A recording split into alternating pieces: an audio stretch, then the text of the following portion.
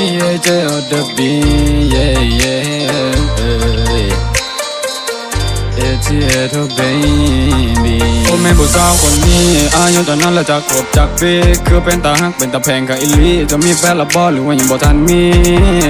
คนนี้ก็จับจ้องถึงได้แต่มองมันก็คงจะยังดีสิ่งที่ต้องการมันก็คือมันนี่จะไปแต่งความสุขขอเมนูสิและสองเอาอยู่ด้วยกันแม่ผู้สาวคนนี้อายุตอนนั้นละจากขวบจากปีคือเป็นตาฮักเป็นตาแพงกับอิลีจะมีแฟนละบ่หรือว่ายังบ่ทันมีคนนี้ก็จับจ้องถึงได้แต่มองมันก็คงจะยังดีสิ่งที่ต้องการมันก็คือมันนี่จะไปแต่งความสุขขอเมนูสิและสองเอาอยู่ด้วยกันไปจนแม่เลิกว่าจะพุ่งงานจะแรงกายแต่ดาวกับตัวพิมพ์บ่มีวันจะเดียวดายแก้ววันและเงินทองเป็นของแค่นกกายแต่ชีวิตนี้ยังมีจะไปหาไม่ได้จะไปเจ็บที่ตาเป็นติดซอกเด็ดจะไปตั้งใจน้องนางที่สุดให้มันเป็นความจริงบ่ไม่เลยที่สมมุติคนนี้บอกไปเฉยถ้าตอนนั้นก็จะหยุดเจ้าไปตั้งเบิดหัวใจหลงอยู่ในพะวงในสามวัยขอเป็นแฟนของเจ้าสิได้ไปนั่ง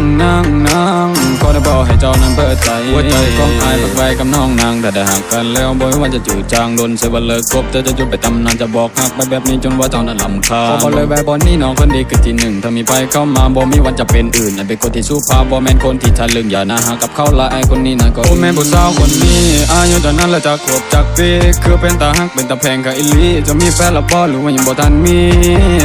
คนนี้ก็จับจ้องถึงได้แต่มองมันก็คงจะยังดีสิ่งที่ต้องการมันก็คือมันนี่จะไปแต่งความสุขขอเมนูสิและสองเอาอยู่ด้วยกันแม่ผู้สาวคนนี้อายุตอนนั้นละจากขวบจากปีคือเป็นตาฮักเป็นตาแพงกับอิลีจะมีแฟนละบ่หรือว่ายังบ่ทันมีคนนี้ก็จับจ้องถึงได้แต่มองมันก็คงจะยังดีสิ่งที่ต้องการมันก็คือมันนี่จะไปแต่งความสุขขอเมนูสิและสองเอาอยู่ด้วยกันแม่ผู้สาวคนนี้อายุตอนนั้นละจากขวบจากปีคือเป็นตาฮักเป็นตาแพงกับอิลีจะมีแฟนละบ่หรือว่ายังบ่ทันมีคนนี้ก็จับจ้องถึงได้แต่มองมันก็คงจะยังดีสิ่งที่ต้องการมันก็คือมันนี่จะไปแต่งความสุขขอเมนูสิและสองเอาอยู่ด้วยกันไปถึงนั้นคนเดียวให้เจ้าเป็น number one ถ้าชีวิตยังมีขอให้เจ้านั้นมีกันถ้ามีใครเข้ามาแย่งไอ้ก็ผมที่จะฝัน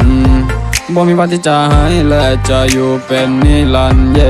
เนิ่นนานรอคอยและยังคงรอวันนี้มันเป็นเรื่องจริงบ่แม่นเลยอยู่ในฝันทองฟ้ายังมีดาวและยังคงมีดวงจันทร์มีเพียงนางก็สุดใจในทุกเดือนและทุกมันในทุกเมื่อจะมีกันหากเจ้าเป็นคนเดียวถึงเขาสวยและเซ็กซี่ไอ้คนนี้จะบ่เลี้ยวจะบ่สนคนอื่นได้จะบ่เอาคำมาเกี่ยวความหักนี้มีทั้งวันมีทั้งส้มมีทั้งปีมีหลายคนที่ได้ผ่านและเข้ามามีคนรวยและคนจนและก็คนธรรมดายังมีคนที่รอคอยโชคชะตาวาสนาแต่อันนี้จะบ่สนพี่แค่มีนกแก้วตาทุกนี้เลยจากจนก็ให้ตนอยู่ด้วยกันเอาทุกคนที่เกิดมาล้วนแต่ต้องมีความฝันเราต้องสู้ด้วยตนเองถึงบ่มีแผนมาด้านขอให้น้องบ่ไปใส่ขอแค่เจ้านั้นมีการสัญญาจะบ่ให้มีน้ำตาด้วยไม่อายคนนี้มันจะบ่มีเวลาขอเพียงเจ้าจงเสียใจทุกคำว่าและคำเจ้าจะหาเจ้าตลอดไปขอเพียงเจ้าบ่จากลาตอนที่ให้ไปมันจะมีเพียงนิดน้อยบ่มีว่าจะเสื่อมคอยในค่ำคืนที่เหน็บหนาวยังมีลมคอยก็